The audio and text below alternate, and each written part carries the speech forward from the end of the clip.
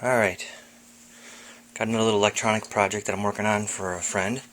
Problem is that this board right here, it's from Bose digital music system sound dock for an iPod, and what happened was the connector on top, which is right here, which plugs into the iPod, broke loose.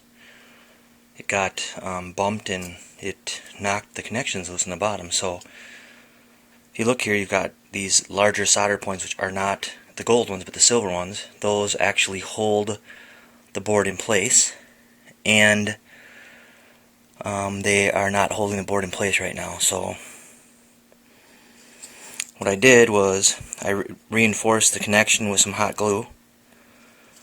I am then going to solder these points back together and test it out, and hopefully none of the small, out of the like 20 or 30 little connectors that are in there got broke. If they did, then the only other option is to order this board through a company. It's like $49 or $50, but it's still cheaper than $300 and some for a new sound system. So hopefully this will work, but if it doesn't, well, there's not a lot I can really do. I'm not going to try to go in there and figure out which exact pin was broken off, because it's just not going to be worth it probably.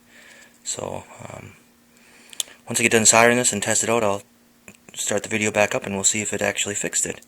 And if it did, then maybe other people who have the same problem can go ahead and do the same type of fix and save themselves from going out and getting a new one, or paying $50 for a new board or whatever. So okay, so as you can see here, I finished the soldering points. They're now the larger silver ones here. I'll point to them with my screwdriver.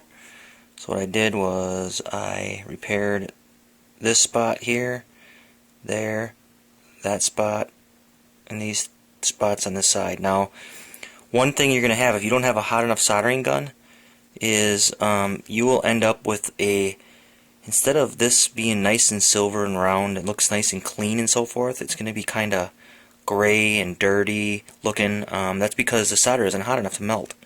So you're kind of putting it on there. It's not really fusing itself in there, so it's a weak solder joint.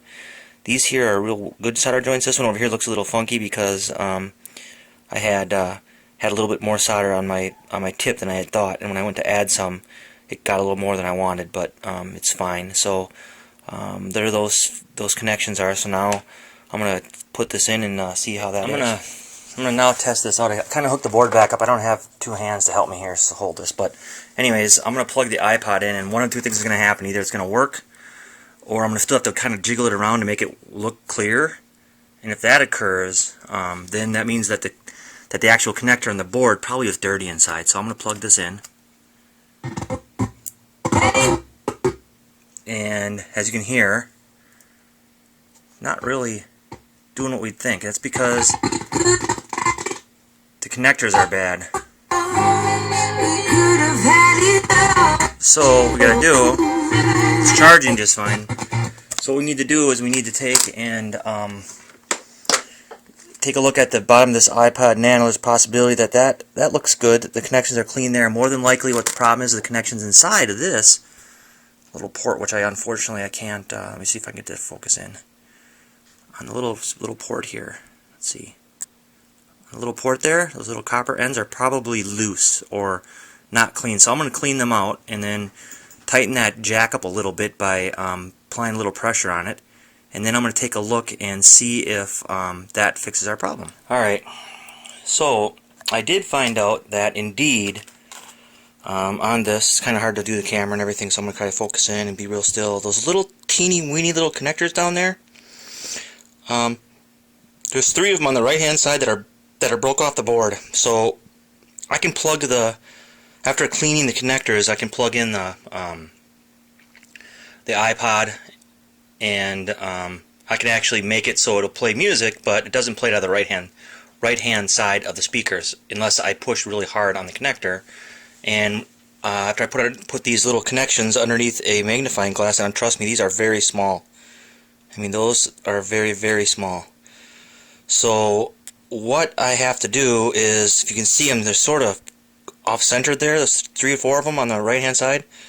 So what I need to do is I need to somehow solder those. So what I'm going to do is I'm going to use the residual solder that's left on those contacts, and hopefully I'm going to be able to I'm going to clean my solder gun off really, really well. And I'm going to reach in there with the tip of it, and I'm going to try to actually apply some heat to them to see if I can get them to go back together. Otherwise, if I can't, then I'm afraid that we're going to need to get a new board and pay the $50 for the new board, which would still be worth it, but I'm going to give that a try, and hopefully that works. Otherwise, the next alternative before buying the board would be to connect a pin onto my soldering gun and try to use the pin and try to use, I have ultra fine solder wire, and try to do that, but I can barely see these without magnification, so we'll give that a whirl and see what happens. I now have the board set up under magnification right now, so you can see the 3 that are broke on the right there. Well, maybe you can't, but I have it with magnification on my table through a magnifying glass setup, and my camera's probably going to have a real hard time focusing here. Now you can kind of see, got it set up on a stand here, and it's clamped in. I made sure that the alligator clips are not touching any of the board electronic type stuff, so it's not going to scratch it all up and cause further problems. But I'm going to actually try to get in each one of those little tabs there and give it a shot of heat, and hopefully what will happen is they will connect, and then when I plug it in, it will be working. Okay, I just wanted to do another thing here real quick. My soldering gun, my soldering iron, has a tip on it like every other one, and people probably don't know this. If you're, maybe they do though, I shouldn't assume they don't. But anyhow, one thing that you can do is you can take your soldering tip and you can carve it. It's made out of copper, so you can carve it with a utility knife and get it the shape you want. I just kind of shaped it down here real skinny. It's really magnified right now, so I can get into there as like a flat iron. I'm gonna actually get some sandpaper now while it's still warm, and I'm gonna sand it off, and then I'm gonna re-tin it, and then we should be good to go. Try this micro soldering stuff or whatever. Well, I was actually able to solder the wires below. I hope they're good enough. I'm not sure yet though.